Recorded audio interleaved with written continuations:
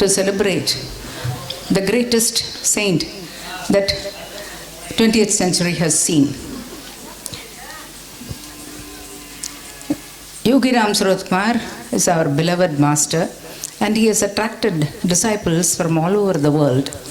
One of them, the most prominent, I would say, was Mr. Lee Lozowick, who made repeated pilgrimages to India just in order to lay himself at the feet of Yogi Ram Suratkumar, and he has paid his adulations in the form of 2 well-known volumes which contain his poems of a broken heart. We have all read them, cried over them, and enjoyed them. One of his disciples, Mrs. Mary Young, is now with us. Those of you who have had the good fortune of reading Under the Punnai Tree do not need any introduction to Mary Young. But those of you who have not read it, I would like to say a few words about her. She was teaching in a college until 1993, and she left her job and joined the ashram, the home community, and there she continued to serve in a most significant way, because Mr. Lee asked her to write about Yogi Ram Suratkumar, not next year or the year after or anything of the sort, but immediately. So she told me that she immediately got down to writing about Yogi Ram Suratkumar, and this was published in journals across the world, Europe, UK, and the United States of America. And she has done a pioneering work in introducing Yogi Ram Suratkumar to the readers in the West. So we have the honor of having her with us this Sunday morning, and she has very kindly agreed to share with us her experiences of Yogi Ram Suratkumar. She has met him from 1993 onwards at least 4 times, and she has had the pleasure of spending a lot of time with him in 1998 and the year 2000, and she is going to tell us about how writing about Yogi Ram Suratkumar has affected her and how she was able to relate to him in the most meaningful manner, and she is going to tell us about her wondrous experiences with him. So I invite Mrs. Mary Young to talk to us about all these things which are very dear to our hearts. So I request Mrs. Mary Young to begin her talk. Thank you, Yogi Ram Suratkumar. Thank you. Great honor and joy to be here and to be with you all and to have this opportunity to praise Yogi Ram Suratkumar. So thank you very much. Thank you with all my heart. I received the invitation from Vijay Lakshmi Ma on behalf of all the ashram. So my thanks and pranams to Justice Arunachalam, to Ma Devaki, Vijay Lakshmi Ma, and everyone at the Yogi Ram Suratkumar ashram. Where to begin is always a big question, because there is so much to say about Yogi Ram Suratkumar. For those of us who were so blessed to meet him during his lifetime, there are countless stories to share. And for those who have not met him during his lifetime, there's the amazing ways and means through which he communicates to us now. He is ever and forever available to us and present. And if we want to meet him, he is there to meet us always. So I'll begin with a story.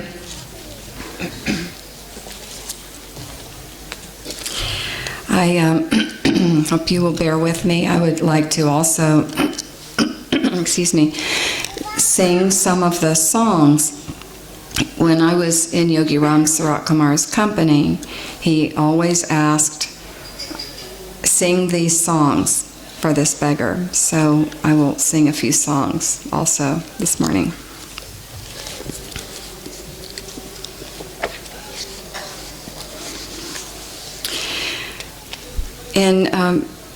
In 2001, in February 2001, Yogi Ram Sarat Kumar left his body.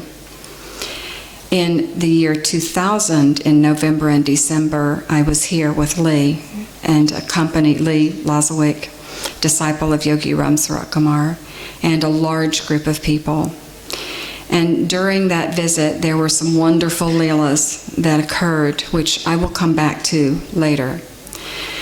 But one of the things, the main things that I left with was Yogi Ram Sarat Kumar's incredible joy of life and his profound joy and delight, even when his body was suffering and he was ill at the end of his life, even when he would leave his body in only 6 weeks, he still wanted us to sing and dance.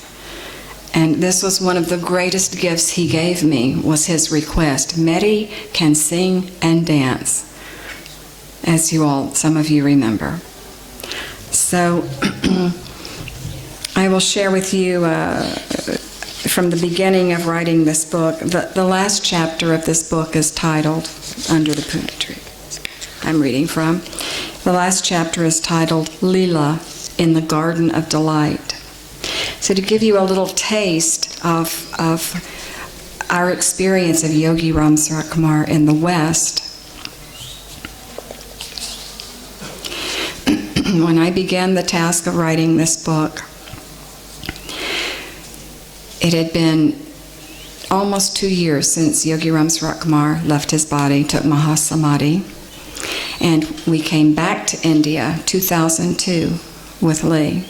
And at that time, I had the opportunity to interview many of the disciples and devotees of Yogi Ram Sarat Kumar and to glean these incredible stories. So I came back from India. It was early January 2003, and Lee said to me, this book, this biography of Yogi Ram Sarat Kumar has to be published in 4 months. It's not a small book, as you can see. 4 months. And I said, okay, all right. Somehow this will happen. Well, it did happen. And when people ask me, how did you write that book in essentially, you finished it in 4 months after all these interviews we had made, and we had to come home and transcribe them and edit them. I had to organize them. Well, it was done only through the grace and the help of Yogi Ram Sarat Kumar. It was an impossible task. It was so profoundly moving for me being close to him in this way, because when we put our attention on a great saint, when we put our attention on a being like Yogi Ram Sarat Kumar, everything else goes away and there's only him. And this precious alchemy is initiated in us, and the process of the inner transformation accelerates. It gets faster. Am I speaking slowly enough, Vijay Lakshmi Ma? Is it slow enough? Okay.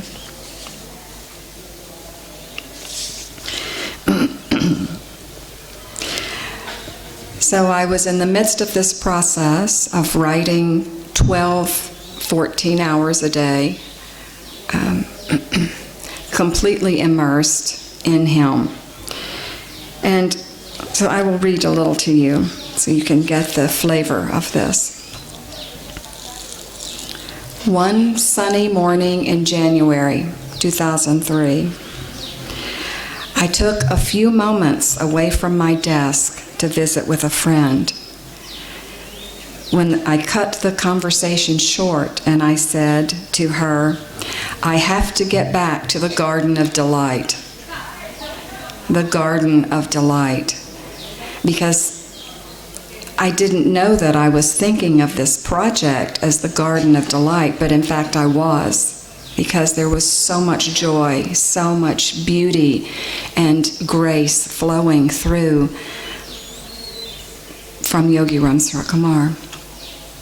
And so I went back to my work, and I worked all day long without, maybe a break here and there. And that night, I was talking with a friend, happened to be the woman who was typing in all of the handwritten journals of Truman Kaler Wadlington, the first Western biographer of Yogi Ramsara Kumar.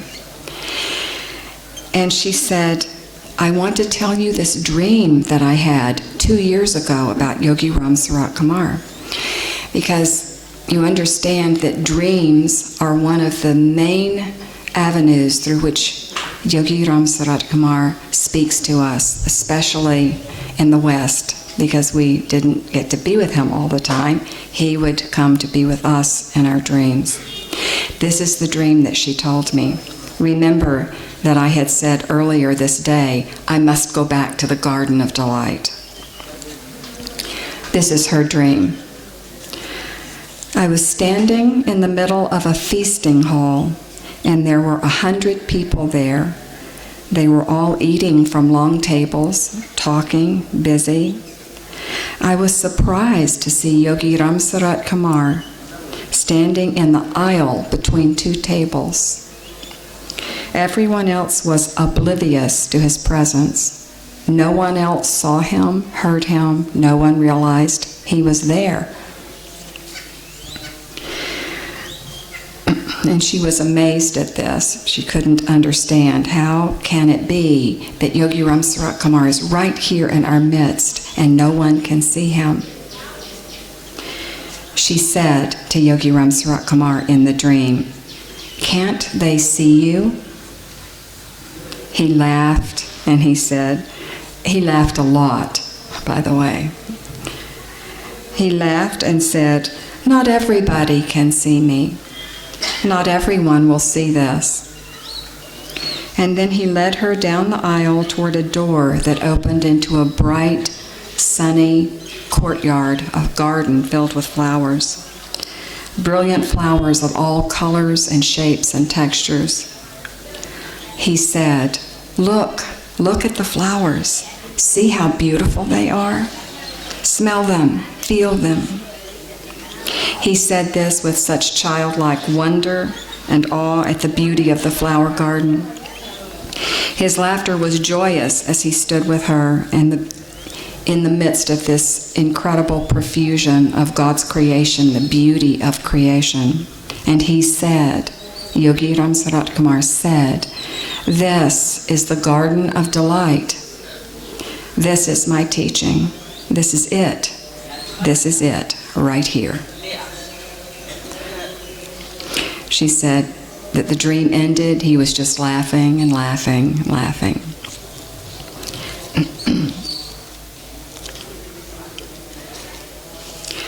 So this was an incredible synchronicity for me, it's miraculous actually, and it's not the kind of miracle in which someone's mother is saved from an illness or these kinds of things. That plenty of those miracles happen around Yogi Ramsara Kumar, but this miracle points to the kind of grace that catalyzes an inner transformation in us. And this is the real gift of Yogi Ramsara Kumar, is this inner transformation from the lead and iron of our personality to the gold of true spiritual life.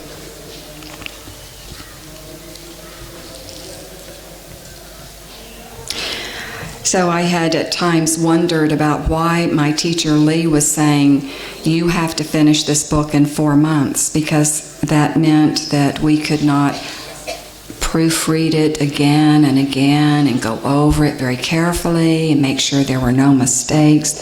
No, we had to proofread it once or twice and say, okay, it's going to the press. We have to accept it the way it is. Because what was so important was the spirit, the soul of the book. And Lee used to say, don't let the facts get in the way of the truth. He has said this to me many times about writing, about the spiritual path.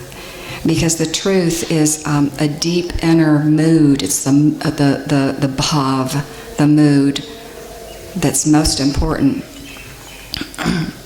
So even so, I would sometimes inside myself say, there's not enough time to do this book. One day I took a break. Again, my family had gone for the day to do something fun, and I stayed home and worked for about 16 hours that day. And so I went upstairs at some point from off my desk, and I had breakfast. It was just taking a few moments to breathe and have the breakfast. And I looked through the kitchen into the living area. It was filled with sunlight, and I saw Yogi Ram Sarat Kumar standing there, as real as you all sitting here. And he was smiling at me. And I knew then that he was with me, completely with me. And I know it's difficult to even describe such a vision, because it's concrete, but it's not concrete. It's transparent, but completely vivid and real. And then he said to me, you can go back to work now. And I said, oh, okay, yes. Okay, I went back to work. It was so sweet the way he said it. And then I realized, I knew that Lee pushing me to do this book, that it was Yogi Ram Sarat Kumar's timing. He wanted the book as soon as possible, for reasons that we don't know. We can't know why. Why is not a question that can be answered very easily around great masters. We have to accept what it is that they give us.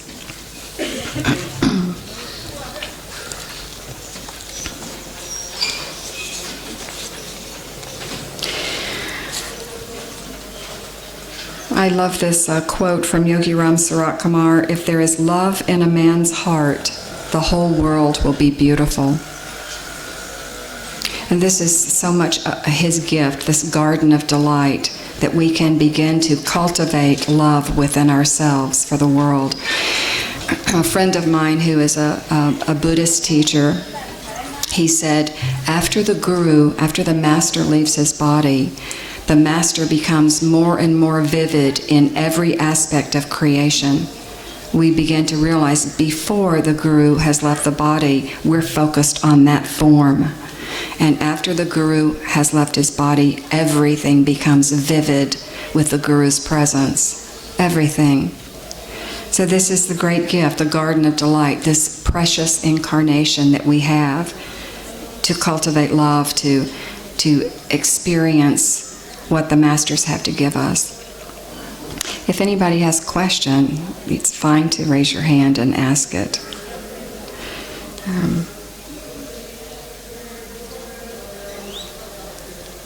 So I'd like to sing something for you, because in 1998, it started with 1998, we were visiting here with Lee, and Lee, we had collected all of Lee's poems to date, written to Yogi Ram Sarat Kumar, and Lee had Bhagwan's permission to publish this in the West in a big volume. And so this had happened, and I was very blessed to be the editor for that project, so that was another many hours at my desk working on that. A wonderful blessing and a gift. And in the back of this book were some other songs. The book is filled with poems written from Lee to Yogi Ram Sarat Kumar, but in the back of the book were some other songs that Lee had written for his rock and roll band in the West. And so at some point during the visit, Yogi Ram Sarat Kumar said to Lee, "Please ask your devotees to sing some of these songs." So this was the beginning of a long series of Leelas with Yogi Ram Sarat Kumar in which we had to sing on the spot. But the problem was we had the book, we had the lyrics in front of us, but myself and my friend Mirabai, who were the ones who were to sing these songs, we could not remember a single melody to any one of these songs. These were songs that were composed by Lee's disciples in the West for Western-style music. Music that we knew very well, that we had listened to many times, and we knew it intimately well. But for some reason, in Bhagwan's company, our minds had gone blank. We couldn't remember a single melody. So we had to make them up on the spot, which we did, with the exception of maybe one or two. And we sang like that for an hour and a half for Bhagwan the first day that he asked for this. There was only one song in all of those in the back of the poetry book that I could remember a melody to. And the words to it are very, very beautiful. The words are, "Ask me to do anything. Your wish is my command. I will fly up to the sun for you. Bring it to your hand. I will conquer armies. You know what I mean. Allow me to adore you. Be your slave, not your queen." And then the next part is, "I've got a question for you, honey. Please forgive my great emotion. Is it dangerous to love you with such blind devotion?" And I'll see if I can sing it. This is very beautiful.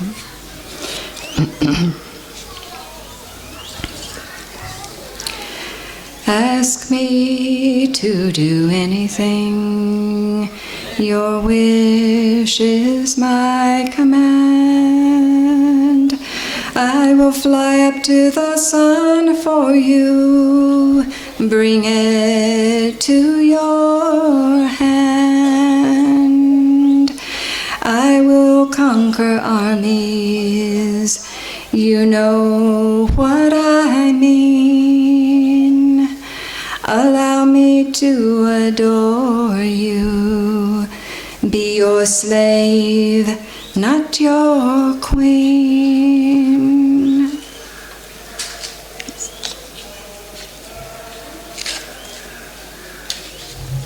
So forgive me if I cry at some point, because such strong memories, precious memories of having the opportunity to sing for Yogi Ram Sarat Kumar, as so many of you know. It's so precious. So the next day, after we sang for an hour and a half, making up melodies, Mira and I just singing whatever we could think of, the next day, Lee came. First, Yogi Ram Sarat Kumar, Bhagwan had called Lee up, and he said, "Lee, they should prepare some of these songs," meaning the poems, "to sing tomorrow." My Devaki, if you have any additional memories of this, please, you were there. You and Vijay Lakshmi Ma were there. And so Lee comes over to where the women are sitting. We're sitting on the front row in Bhagwan's darshan, and he sits down and he says, "You're going to love this," to me. He says, "You're going to sing the poems tomorrow, and you and Mira need to prepare, and you have to have at least 5 ready for Bhagwan tomorrow." So we went back to the cottage. We were staying in a cottage in the back of the ashram, and we spent hours trying to put together melodies to Lee's devotional poetry to Yogi Ram Sarat Kumar. And So we did. And I will sing one of those for you. I'm singing these because this was such a joy for Bhagwan, and I believe with all my heart, I know with all my heart that he's enjoying it now. This is his garden of delight. This is his Leela, what he liked. He wanted us to sing and dance. This goes like this. Is it helpful if I read it in English first? Yes? Okay. In English first, it goes like this.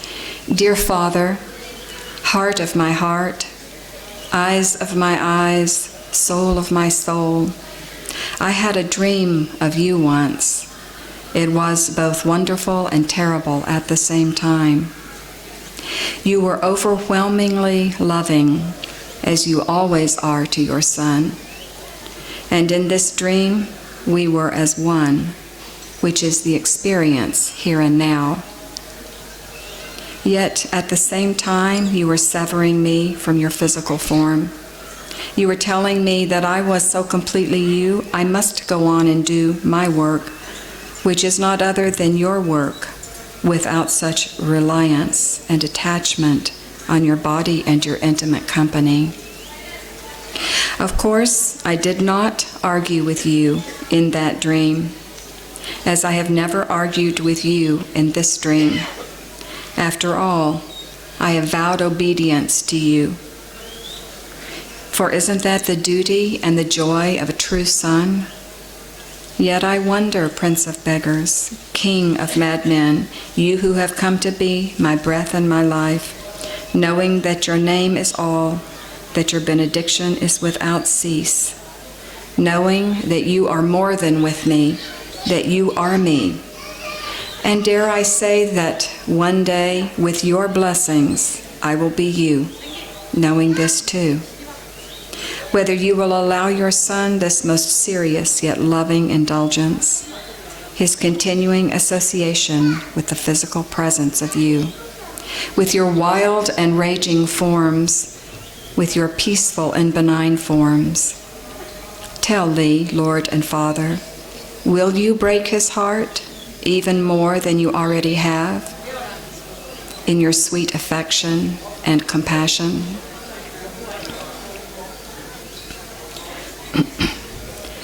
Dear Father, heart of my heart, eyes of my eyes, soul of my soul, I had a dream of you once. It was both wonderful and terrible at the same time. You were overwhelmingly loving, as you always are to your son. And in this dream we were as one, which is the experience here and now. Yet at the same time, you were severing me from your physical form.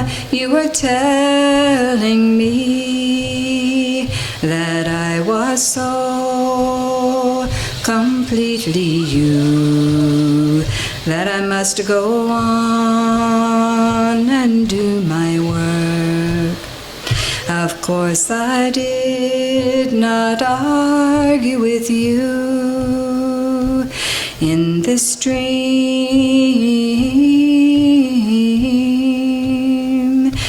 as I have never argued with you in this dream.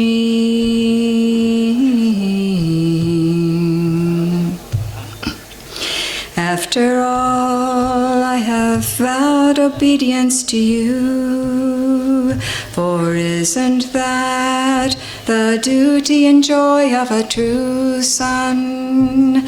Yet I wonder, O Prince of Beggars, years. King of madmen, you have come to be.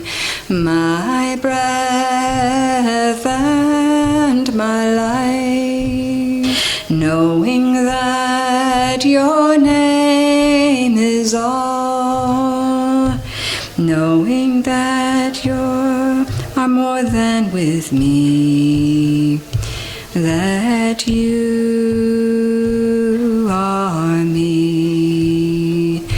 Whether you will allow your Son, this most serious yet loving indulgence, his continuing association with the physical presence of you, with your wild and raging forms, and your peaceful and benign forms, tell thee, Lord and Father,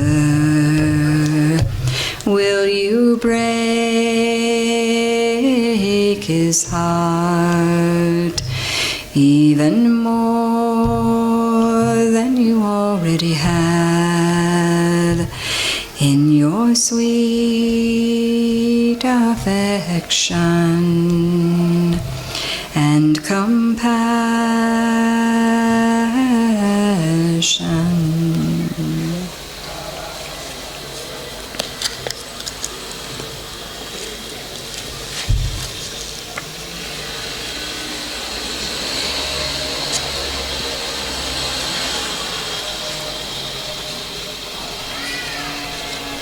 So many stories in this book from so many disciples and devotees. It's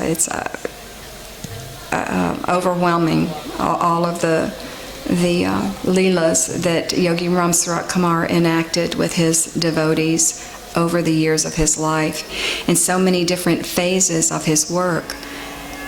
There was the time on the streets, there was this time of wandering. We know very little of what happened. The time with his family even before that as a sadhu, wandering the dusty roads of India. His time on the streets in Tiruvannamalai, sleeping by the brass stalls or the tea stalls or in the temple. The years at Sanati House, and then the years with the Madhavaki and the Sudama sisters in the Sudama house. And then the years here of the temple. Each one of those cycles of his life and his work and his demonstration with his devotees is so rich with stories of how he worked with us and what he gave to us. In many ways, his work was cryptic. When we used to come here to visit, I was sharing with Madhavaki the other day, Lee would say to us, don't say anything and don't ask any questions of Bhagwan, because if you do, you will get what you want to get from him. If you just wait and receive what he has to give you, this is much better. So to the best of our ability, we of course tried to do this. But I'd like to share two stories with you that I love, two stories I personally love very much. And I'm not sure who told me one of these stories. I call it the Pakora stories. And the story is, this is during the time when Yogi Ram Sarat Kumar lived on the streets of Tiruvannamalai as a beggar. And one day, a woman devotee came to him and asked a very serious question, Bhagwan, how do I attain God realization? This is a very lofty question. And perhaps it's beyond us. I mean, God realization is in the hands of God, not our business. It comes by grace, perhaps. But she asked, understandable. Perhaps we've all asked questions like that. How will I become liberated? How will I realize God? Yogi Ram Sarat Kumar didn't say anything. He noticed the pakora vendor standing just not too far away, and he said, called him over, come over, and he said to the pakora vendor, he said, how is your business going? And the pakora vendor said, oh, it's not going very well at all, Swamiji. I'm not selling very many pakoras. And Yogi Ram Sarat Kumar said, well, how do you make them? And the pakora vendor said, well, I take some chilies and I blend in some spices and then I fry it like this. And then Bhagwan proceeded for the next 45 minutes to discuss with the pakora vendor how to make pakoras, giving him instruction. And at the end of that time, the devotees are sitting around Yogi Ram Sarat Kumar, and the learned woman is sitting there waiting for the answer on God realization. At the end of the 45 minutes about pakoras, Bhagwan says, gives some rupees to the man and takes some pakoras and distributes them to the devotees, and he hands some to the lovely woman, the devotee, and he says, Amma, you can have these pakoras, you take these pakoras and eat them, and you have seen me and now you can go. And that was it. That was the end of the teaching. But what a wonderful teaching is that, if we can work with that, if we can work with the beautiful symbolism of that teaching, that the real question is how to integrate the spiritual life into every aspect of our lives, not just the lofty ideal of when will I be God realized, but how am I every moment of my life? Am I kind? Am I generous? Am I serving? This is like, how do you make the pakora? How do you make a pakora? You give very careful attention and just the right ingredients. All of these things are wonderful cryptic symbols for the answer to her question. I love this story. And of course there are countless, hundreds, thousands of these kinds of stories, along with the marvelous stories of incredible miracles that happened. Rain that Yogi Ram Sarat Kumar could bring in the midst of a terrible drought, or helping out families in countless situations of illness or very serious problems, saving people's lives. These stories abound around Yogi Ram Sarat Kumar, and yet it's these precious pakora stories that give us something that we can chew on in our daily lives, something that we can really work with of substance. So another of my favorite stories, this is a story from Devaki Ma. I hope I have it right. This was very early on in Devaki Ma's relationship with Yogi Ram Sarat Kumar. It was Mahashivaratri, and they were at the Arunachaleshwara temple. And Devaki Ma had a great longing. She had heard stories of how Bhagwan would break into dancing and spontaneous dancing and singing, his garden of delight spilling over to everybody. And so she had a great longing to see Bhagwan dance, especially on Mahashivaratri. Just thinking to herself, this is the day when Shiva and Parvati danced together, and I believe that, is it Kartikeya who's born from this? You say Kartikeya or a Murugan or? He danced for Parvati and some intimate disciples. And some intimate disciples. He danced for Parvati and some intimate disciples. So Devaki Ma asks Bhagwan, and she says all of this to him, this is a wonderful day to dance. Shiva danced on this day for his disciples, would you dance for us? Yes? And he doesn't say anything, and then they're sitting there, and first a breeze comes, and the leaves in the tree begin to make this beautiful music that they make when the leaves patter together. And Bhagwan turned to Devaki and said, Devaki, Shiva is dancing. And Devaki said, okay, Shiva, yes, but still Bhagwan's not dancing. And then the next thing that happened, there's three things that happened.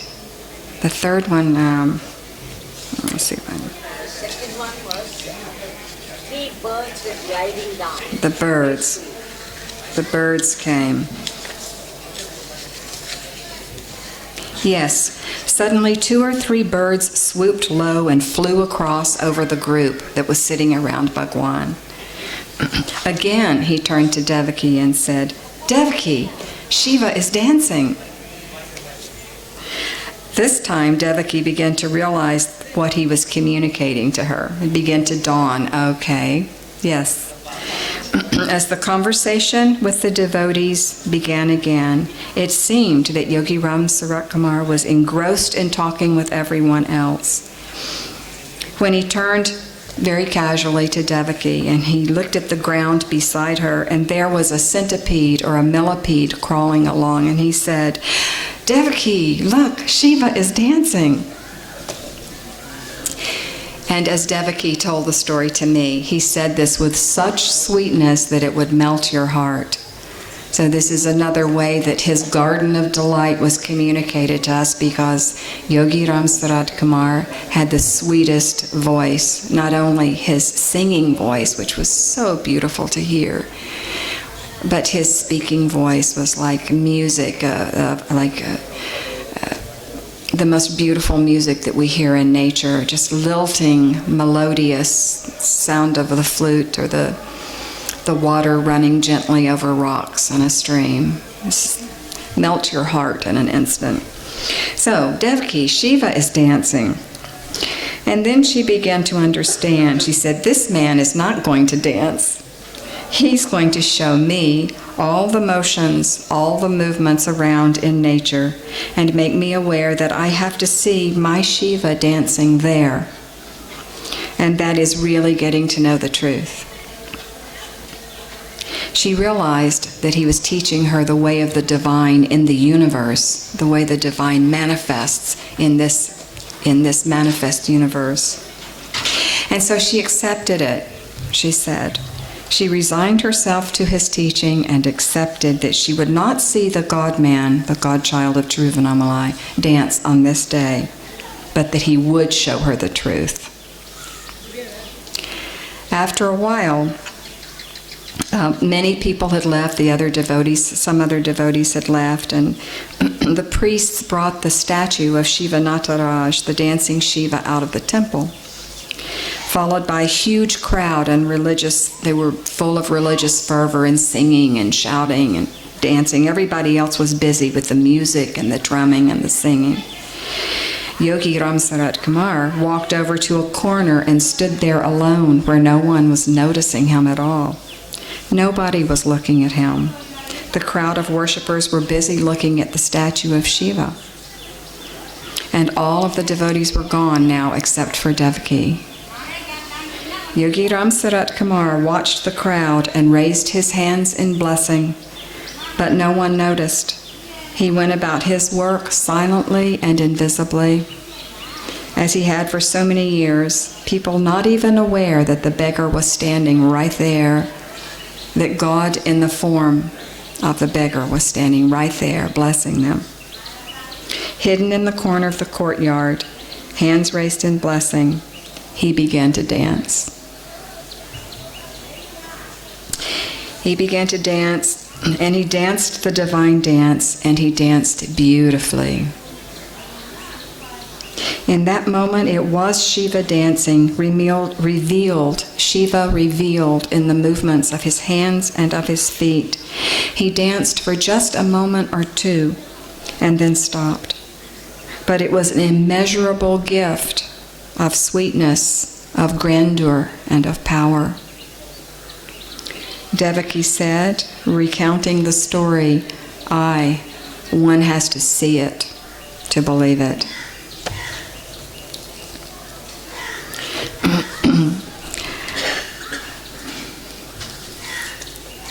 When I came in the year 2000 with Lee on pilgrimage here to see Yogi Ram Sarat Kumar,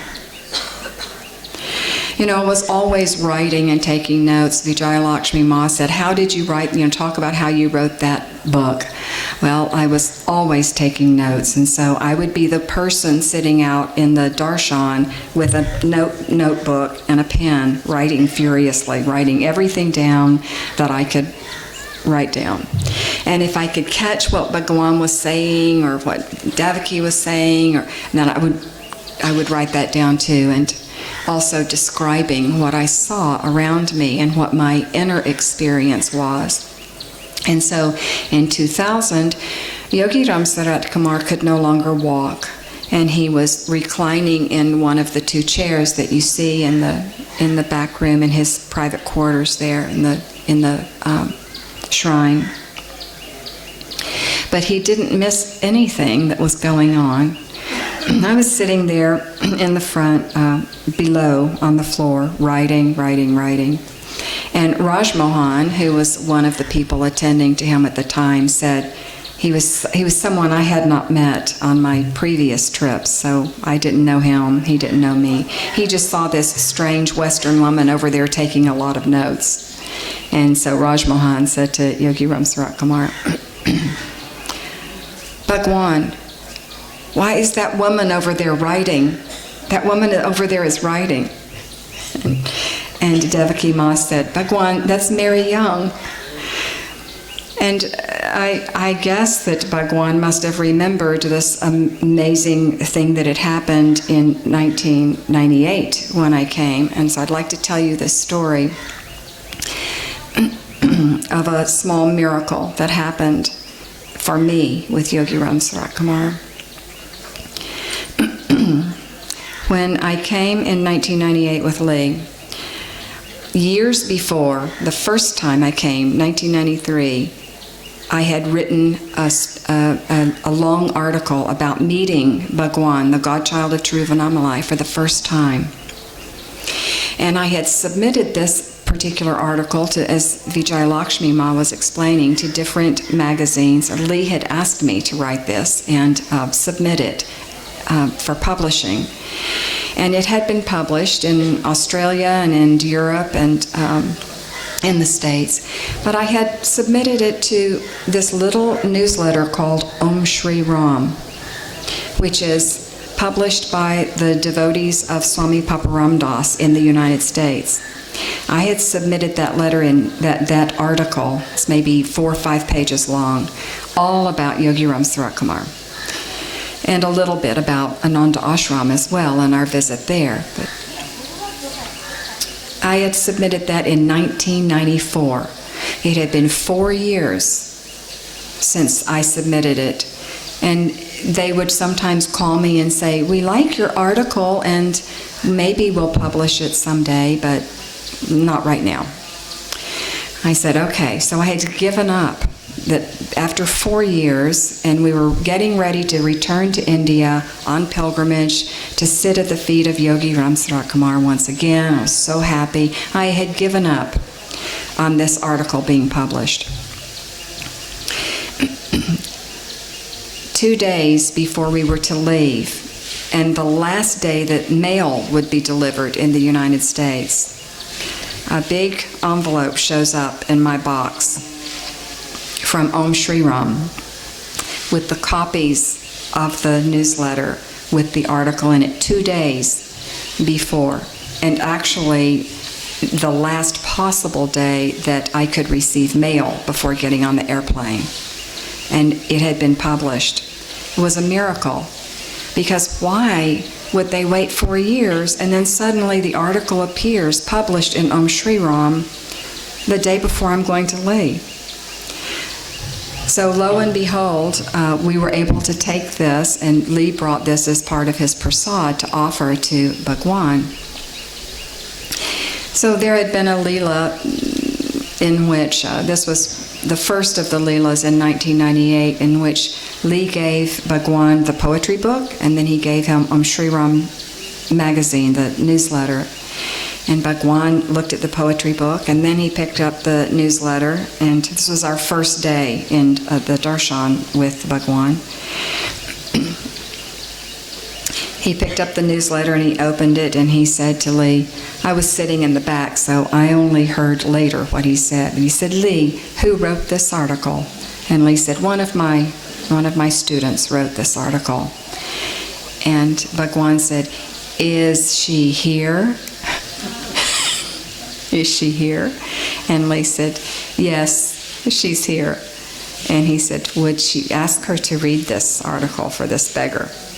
And so Lee called me up to read it.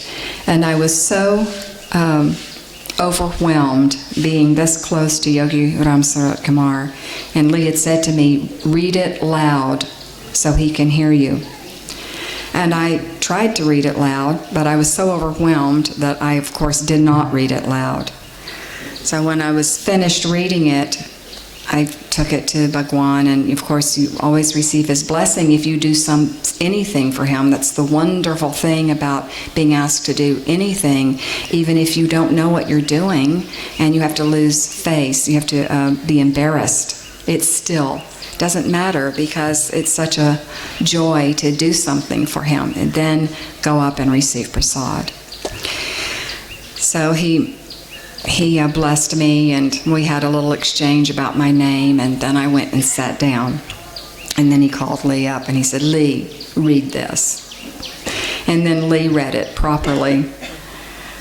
And after the darshan was over, Lee said to me, he said, always be obedient. Whatever he asks you to do, you do it. And he said, you did not read the article loud enough. He couldn't hear you. He couldn't understand. He said, so he asked me to read it a second time. And he was very kind to me about it. He was very sweet. But I've never forgotten this because it's such an important lesson that we do what the Guru asks of us, and we do it with our whole heart, to not let our personal insecurity or our personal self-doubt, even our feelings of not being worthy, our feelings, I'm not worthy to do this. Forget about all of that. Do what the Guru has asked you to do, and do it with your whole being. So I share that with you. If it's useful, then that's great. So I had taken lots of notes in 1998, and I sat through, all the darshans, taking many, many notes. When I came in 2000, there I was taking notes. And this is when Raj Mohan said, "Why is that woman writing over there, Bhagwan?" And my Devaki said, "Oh, that's Mary Young. She's writing because she's writing about Bhagwan." And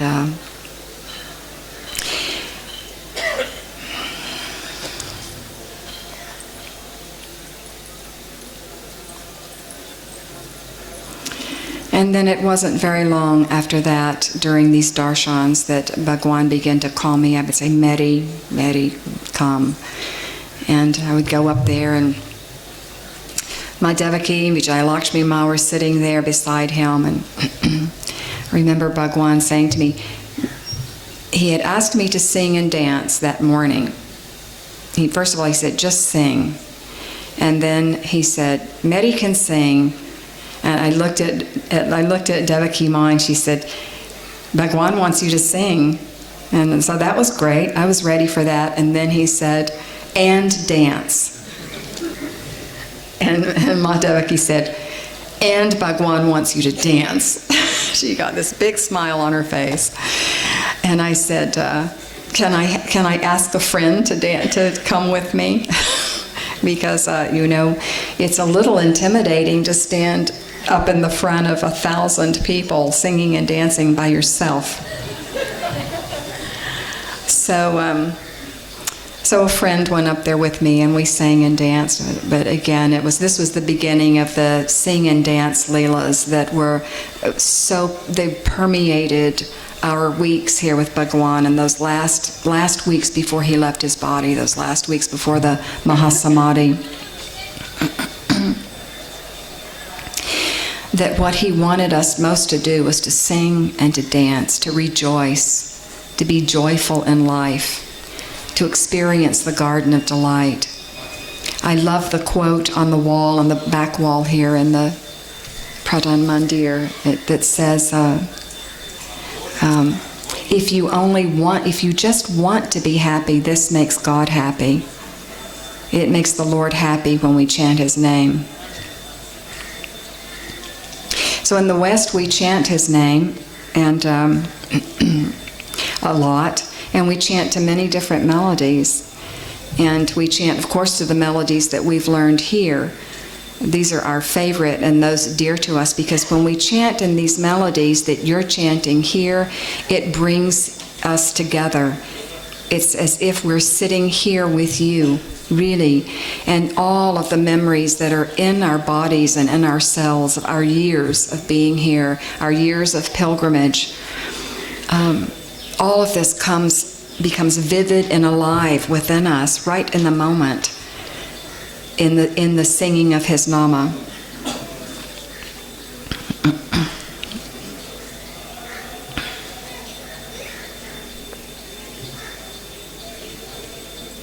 Sometimes we sing, maybe you'll sing with me for a few minutes, our little Nama singing.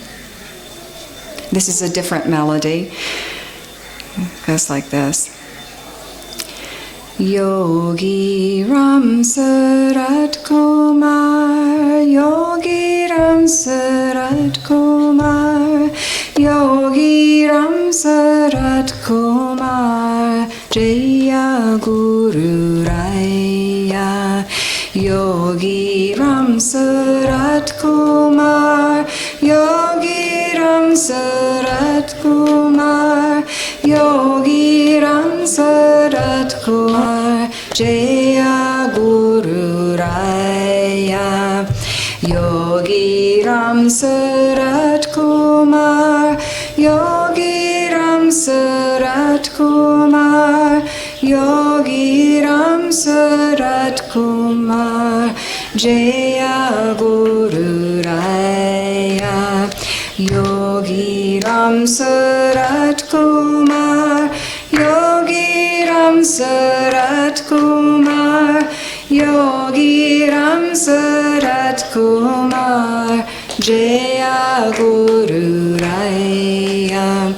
Yogi Ram Sarat Kumar, Yogi Ram Sarat Kumar, Yogi Ram Sarat Kumar, Jaya Guru Raya. Yogi Ram Sarat Kumar, Yogi Ram Sarat Kumar, Yogi Ram Sarat Kumar, Jaya Guru Raya. Yogi Ram Sarat Kumar, Yogi Ram Sarat Kumar, Yogi Ram Sarat Kumar, Jaya Guru Raya. Yogi Ram Sarat Kumar, Yogi Ram Sarat Kumar, Yogi Ram Sarat Kumar, Jaya Guru Raya. Yogi Ram Sarat Kumar, Yogi Ram Sarat Kumar, Yogi Ram Sarat Kumar, Jaya Guru Raya. Yogi Ram Sarat Kumar, Yogi Ram Sarat Kumar, Yogi Ram Sarat Kumar, Jaya Guru Raya, Jaya Guru Raya, Jaya Guru Raya.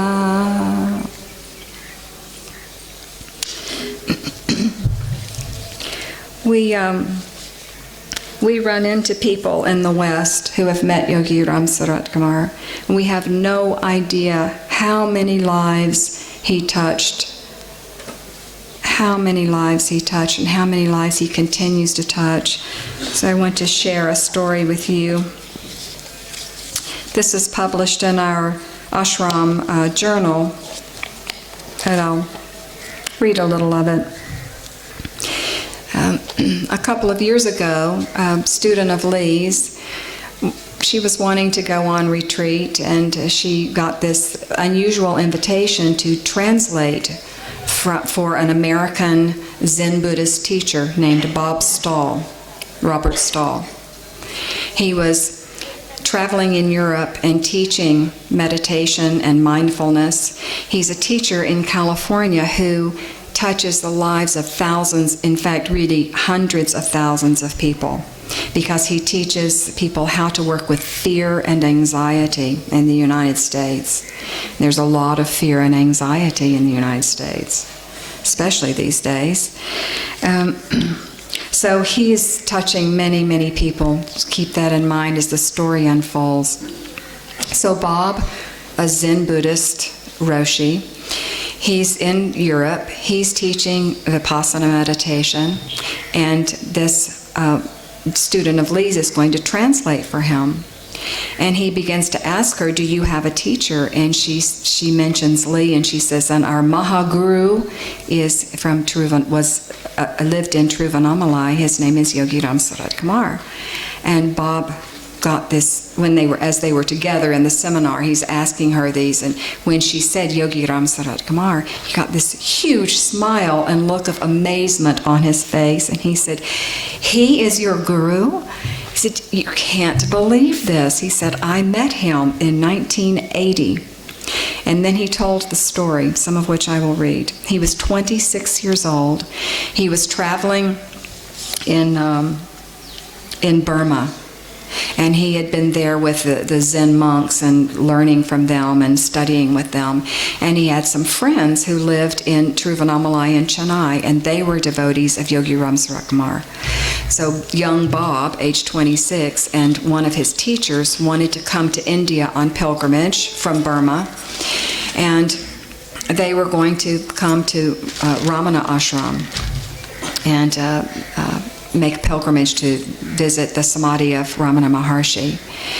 And the friends said, oh, well, there's a great saint living in Tiruvannamalai who's alive. His name is Yogiram Surat Kumar. He's called the godchild of Tiruvannamalai, and we can bring you to meet him. Would you like to meet him? And Bob and the senior monk with him said, yes, of course, we would love to meet him.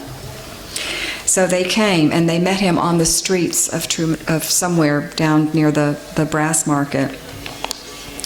And then they went to Sonati, to the house at Sonati Street.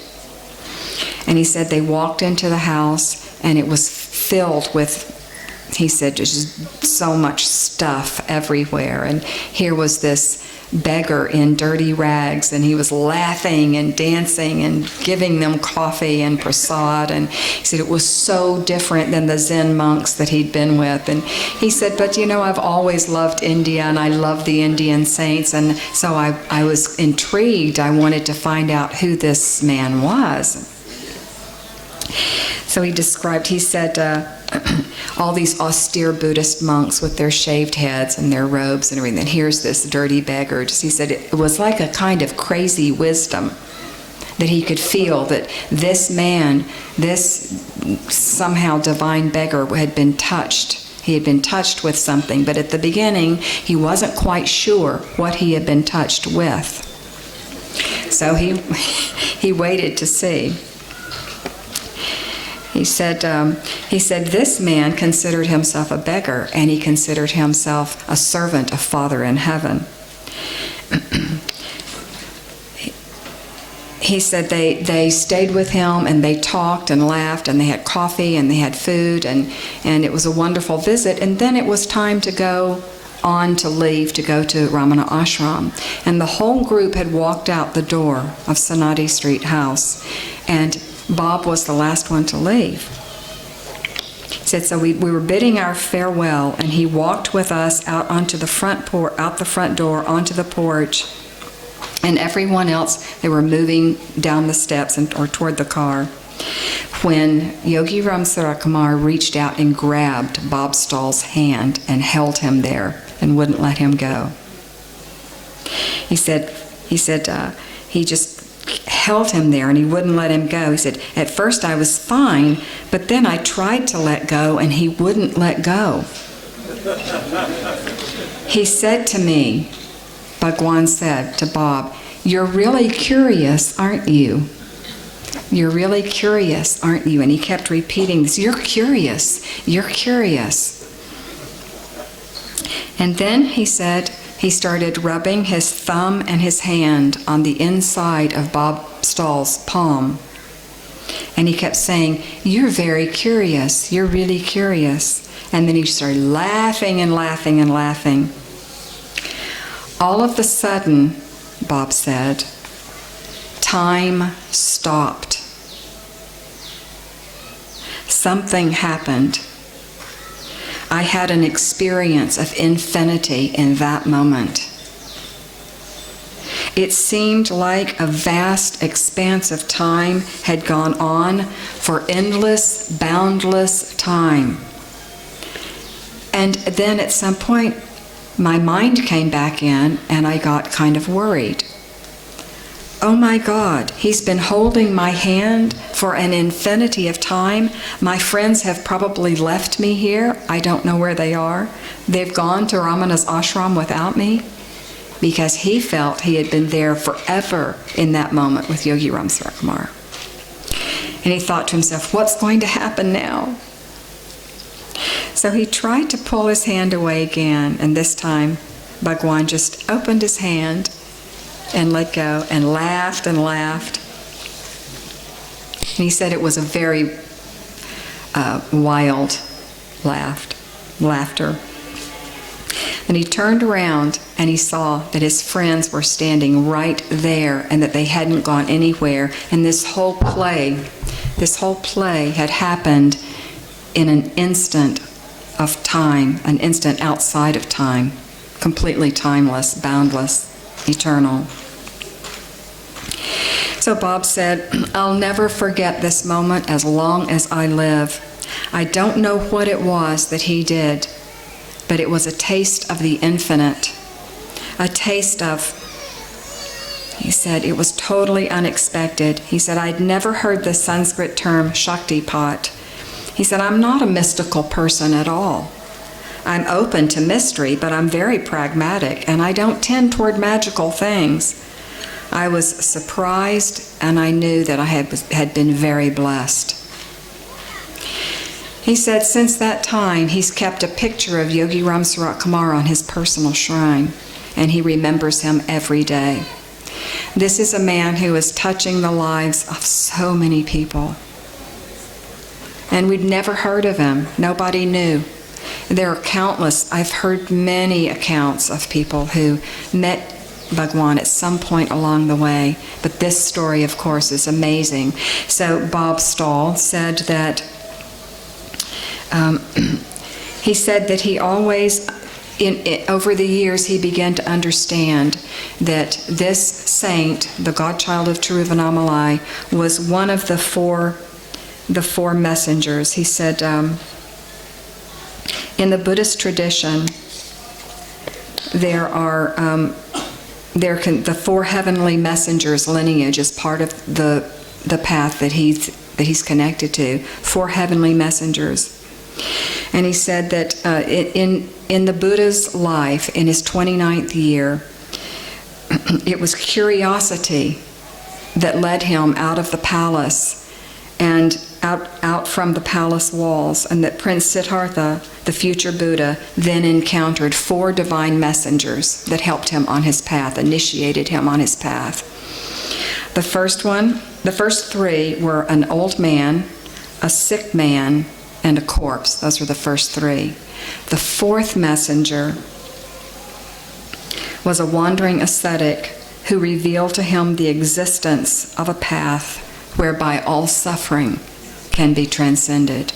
And he said that he knew that Yogi Ram Sarat Kumar was his fourth messenger.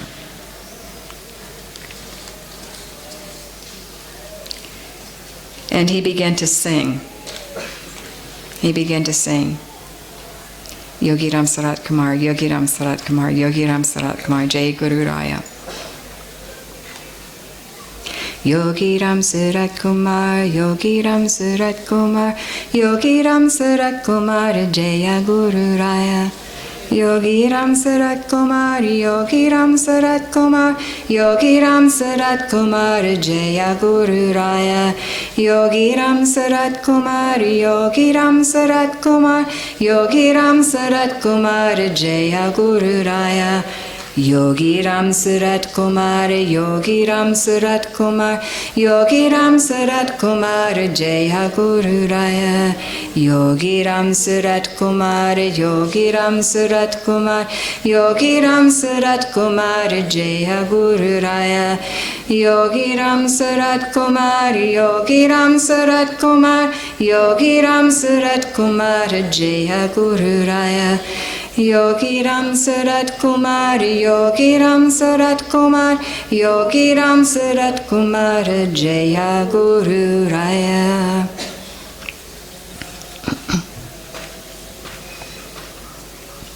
Bob said, I loved it that they called him the godchild of Tiruvannamalai. He was exuberant. He was not of this world. Some people might say he's just crazy and mad, and others might say he was touched by the divine. I didn't know at first which side of the fence he was on, but then I recognized which side of the fence he was on. He was not of this world.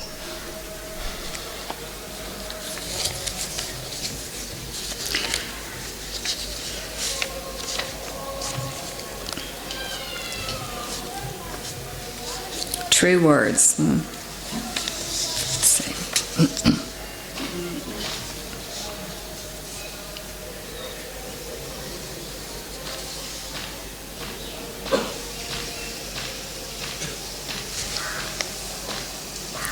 We have a little time left, or what time do we end at 12 or 12:30, or what time do we end? Sorry? If you would like to speak more, you can. Okay. All right. We'll sing another poem. Are you okay with hearing poems? I see some yeses in there, okay.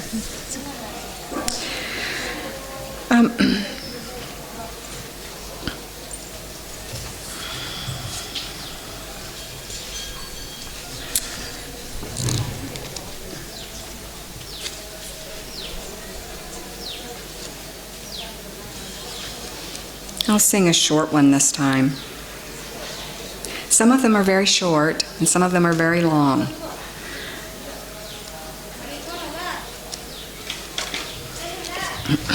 This is a poem that has been put to a very, very old, at least 500-year-old Western melody that is much loved. It's from England, it's from Great Britain.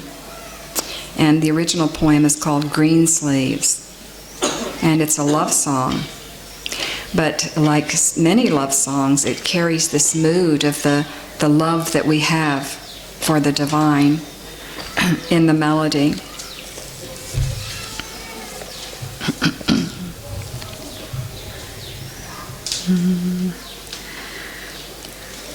Oh, Apa, Yogiram Sarat Kumar, I am blinded by your light, love-struck and helpless. You have captured my heart after a long battle. I am surrendered to you, my master and conqueror. Your sword of love has tamed your son, who now longs only to serve his father, the madman. We usually sing this one twice, so let's sing it one more time.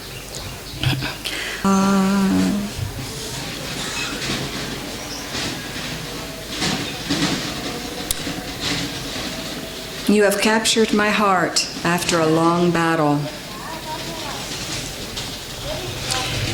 When we left in December, late December in 2000, we knew that we would never see him again in this life.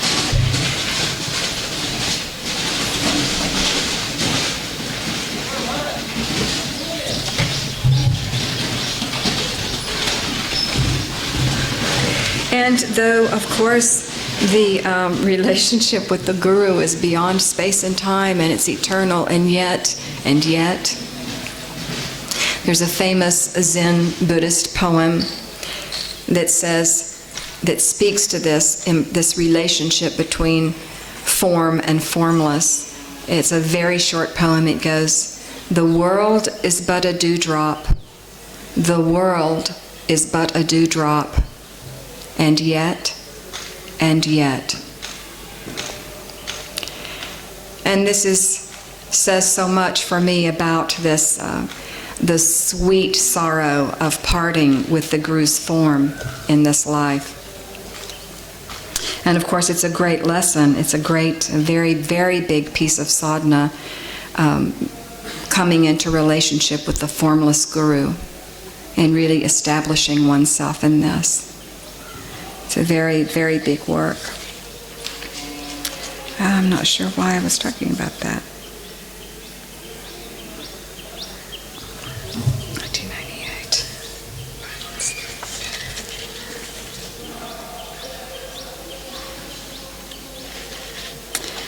Oh yes, I know why I wanted to talk about that.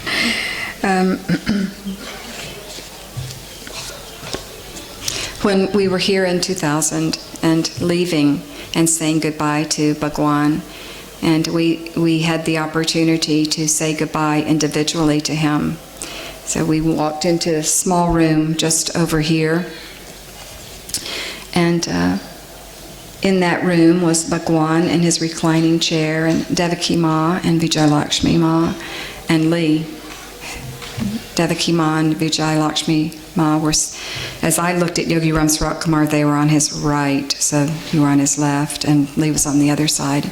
We each had the opportunity to receive his blessing before we left.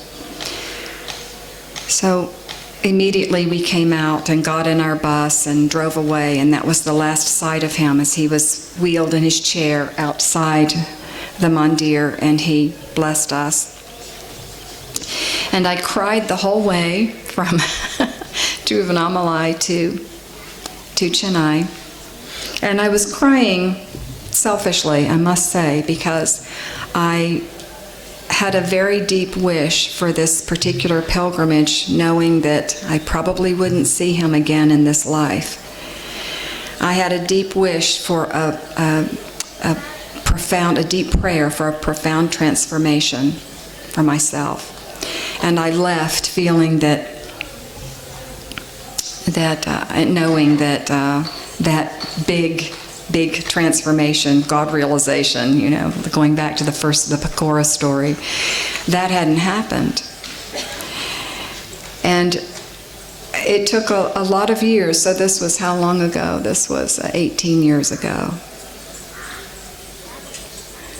It took a lot of years to realize that the blessings were flowing. As Lee used to say to me when I would fret or be very unhappy, or I'm not, the transformation isn't happening fast enough, or I'm still full of all these, obscurations, all this, all this dukkha, all this suffering. And Lee would say, "You are swimming in an ocean of grace." You are swimming in an ocean of grace. Yogi Ram Sarat Kumar's grace is all around you.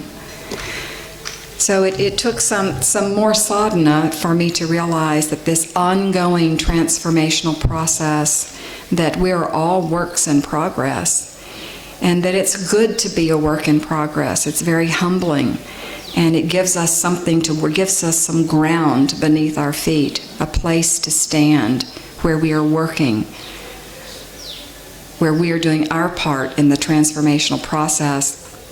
In some paths it's said that God does 99% of the work, and the devotee only has to do 1%, but we have to do 100% of 1%, which is a huge task, of course, for us. And I remember a story that Devaki Ma told me of when the temple was being built, And she was saying something similar to Bhagwan, of like, Bhagwan, why am I not more progressed on the path? I'm paraphrasing here, but why am I not transformed to the degree I want to be transformed? And Bhagwan said to her, Devaki, do you see this temple? Do you see what it takes to build? Because at that time, people were carrying straw and mud and bricks, and, on their heads, and it was just beginning the foundation and maybe the frame and the walls and all this work that had to go into building that temple. And that the devotee is like that. The sadhana is like that. It takes time, long time.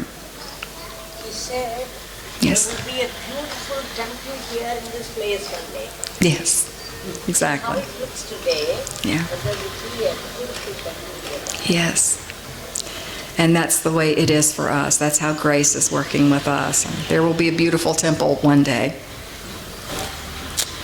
I would like to read you a few of Lee's words.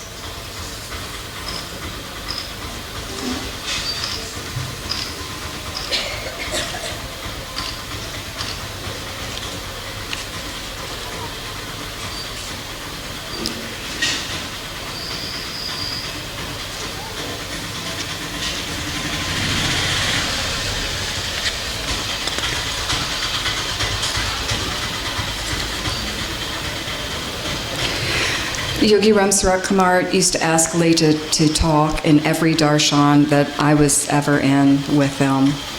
And he would say, Lee, say something useful to these people. And so Lee would say something useful. And, we have many wonderful videos of Yogi Ramsarat Kumar asking Lee to speak and then Lee speaking. And for me personally, these are my favorite teachings that my teacher Lee ever gave. They were so beautiful and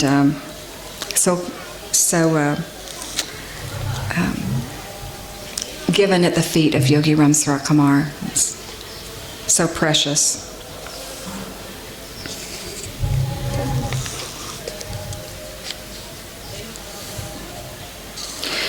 Lee said, Yogi Ramsarat Kumar has asked me to say a few words that might be useful, but what makes them useful is if we put them into practice. There is a certain fascination with phenomena that occurs, especially in the West, but also everywhere. We desire extraordinary circumstances. A life of simple humility is not so interesting to us. We discover various sadhanas, complicated yogas, and so on. And we lose interest in the ordinary, everyday practice that builds obedience and draws the blessings of surrender. We want to progress quickly, and we want altered states of consciousness. Yogi Ramsarat Kumar has given us one practice that subsumes all others, to use his name as our connection to him, as prayer, as praise. The wonder of that is that, in fact, Yogi Ramsarat Kumar's name is all those things that we think we need to go to extraordinary measures to produce in ourselves. I'm not disparaging the esoteric yoga tradition that produces amazing results in the body and in life. But the repetition of Yogi Ramsarat Kumar's name will produce those things if those things are useful to us in our lives. Yogi Ramsarat Kumar's name is invocational. Human beings have free will and extraordinary capacities, but when we invoke Yogi Ramsarat Kumar's name, whatever is Father's will is what will manifest. But many of us still imagine that we still have a personal will. When we chant or speak or think His name, it is an automatic prayer to Father in heaven to obviate your personal will, wishes, circumstances. To chant or speak Yogi Ramsarat Kumar's name is to invoke Father's will for us in any moment. It's not that Father in heaven is some kind of dictator where everything is taken away. Devotees are happy, successful, full of life and joy in Yogi Ram Sarat Kumar's company.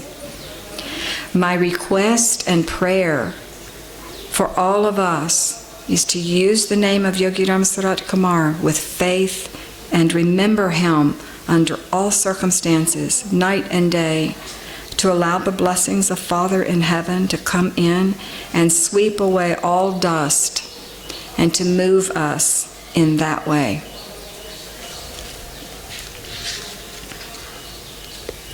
So many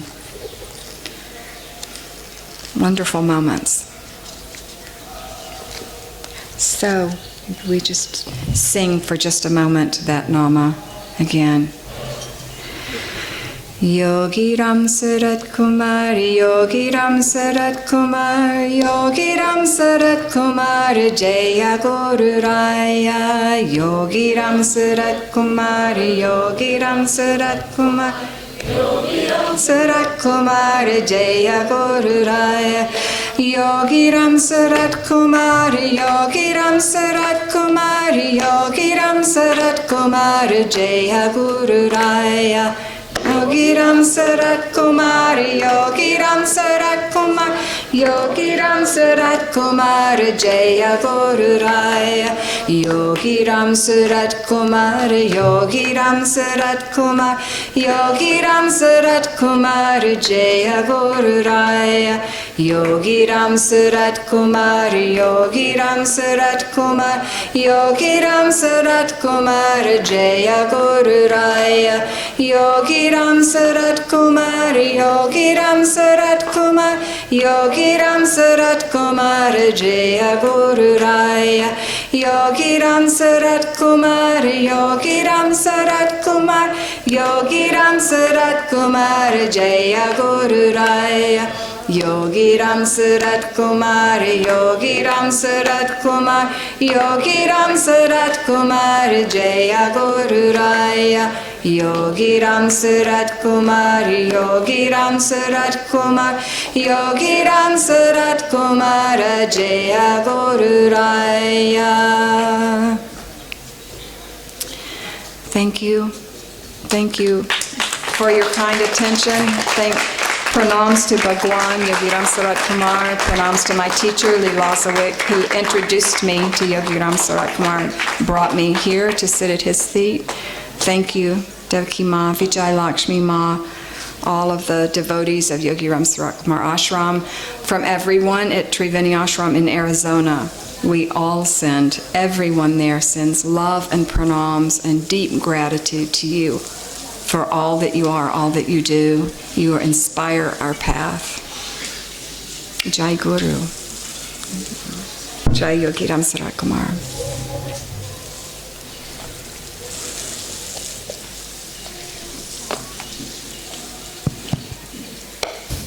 We are extremely fortunate that Mrs. Mary Young could come here and share some of her rich experiences with us. It has been a very significant day and some very wonderful recollections have been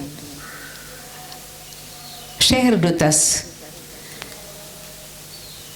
And what we have to infer is that every association with Bhagwan is an ennobling one, and it is enhancing the richness of life in every aspect. And every person who comes in contact with him leaves with a sense of enhancement of life. This is, I do not want to specifically bring out instances of what Mary Young has said. That would be superfluous. But I'm extremely thankful to her for bringing her beautiful experiences to us. And we feel enriched by this. our centenary year has thrown up this beautiful relationship, and we are thankful to Bhagavan that he is able to bring Mary Young here to us so that we can benefit by her presence. And her love for and her understanding of her master, Lilo Zovic, who was primarily responsible for bringing her to Bhagwan. So thank you, Mary Young, and I thank everyone in the home community, and I thank all the people who have been affected by the touch of Yogi Ram Suratkumar. And I wish everyone comes and tastes of this ocean of nectar so that they also live enriched lives. Thank you. Thank you, Yogi Ram Suratkumar. Thank you. For bringing to us Bhagwan's, Mr. Lee's Garden of Delight this morning. Thank you.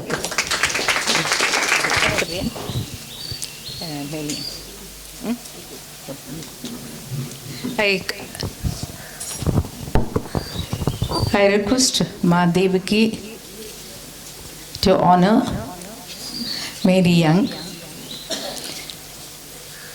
with gifts of Yogi Ram Suratkumar on behalf of the ashram.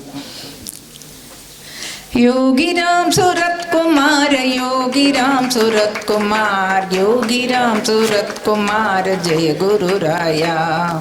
Yogi Ram Suratkumar, Yogi Ram Suratkumar, Yogi Ram Suratkumar, Jai Guru Raya.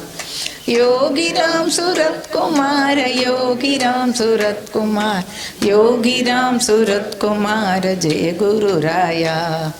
Yogi Ram Suratkumar, Yogi Ram Suratkumar, Yogi Ram Suratkumar, Jai Guru Raya. Yogi Ram Suratkumar, Yogi Ram Suratkumar, Yogi Ram Suratkumar, Jai Guru Raya. Sadguru Bhagavan Shri Yogi Ram Suratkumar ki Jai. Sarvam Yogi Ram Suratkumar Arpanamastu.